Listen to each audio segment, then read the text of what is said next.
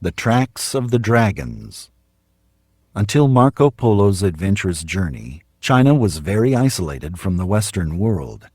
There was no communication between ancient China and ancient Britain, yet both of these widely separated countries maintained identical legends of great dragons. Along the lays of England, there are innumerable churches and monuments raised to commemorate historic battles with fierce dragons, hideous animals which were described in much the same way as the Chinese dragons. But the Chinese dragon lore extended beyond mere fights with wild animals.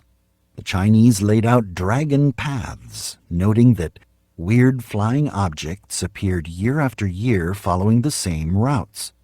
These routes became sacred, and persons of high position were carefully buried in mounds planted along these routes. The Chinese also developed their complex yin and yang concept, believing that electromagnetic currents or fields of force pursued specific lines. This field was mapped out over the centuries and marked in much the same way as the lays of England. In the 1950s, France's leading ufologist, Ami Michel, discovered that UFOs followed specific routes over France year after year. Other ufologists, such as the late Dr. Fontes of Brazil, extended this discovery and tried to trace worldwide UFO routes. This straight-line mystery became a ufological controversy. Some scientists said it worked. Others called it hogwash.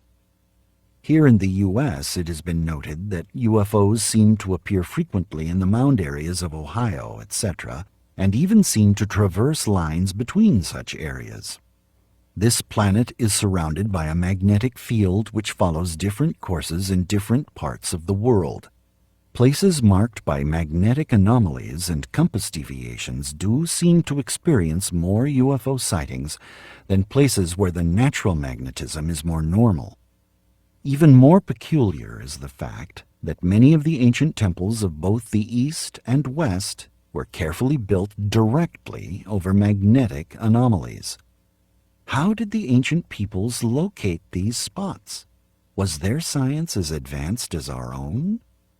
It could be that they located these places through observation alone, by studying the flights of mysterious objects century after century, until they had determined their exact routes and could mark the places where those routes intersected. Did they then lay out designs on the ground to guide these aerial visitors, or pay homage to them in some way? The Tragedy of Wilhelm Reich. Dr. Wilhelm Reich was recognized as one of the most brilliant psychiatrists of his day. He was a close friend and colleague of Sigmund Freud. His books on psychiatry have become standard texts.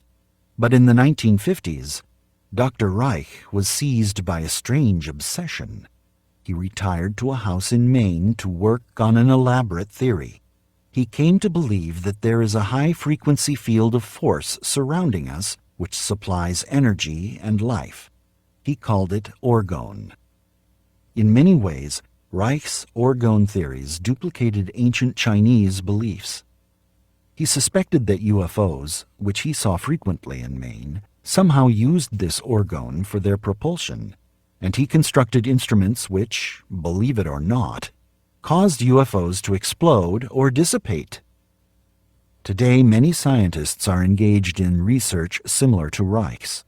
We may be on the threshold of new discoveries which will explain some of these ancient mysteries.